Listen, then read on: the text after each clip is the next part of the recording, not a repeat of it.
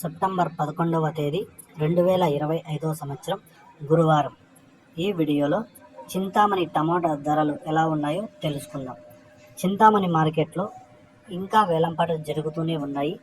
ఇప్పటివరకు జరిగిన వేలంపాటల ప్రకారం చింతామణి 14 కేజీల బాక్సులు మూడో రకం కాయలు 40 రూపాయల నుంచి ప్రారంభమై 50, 60, 70, 80, 90, 100 రూపాయల వరకు అయితే పలికాయి.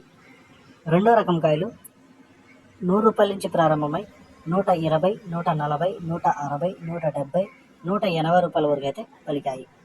ఒకటో రకం కాయలు 180 రూపాయల నుంచి ప్రారంభమై 200, 220, 230, 240, 250 రూపాయల వరకు అయితే పలికాయి.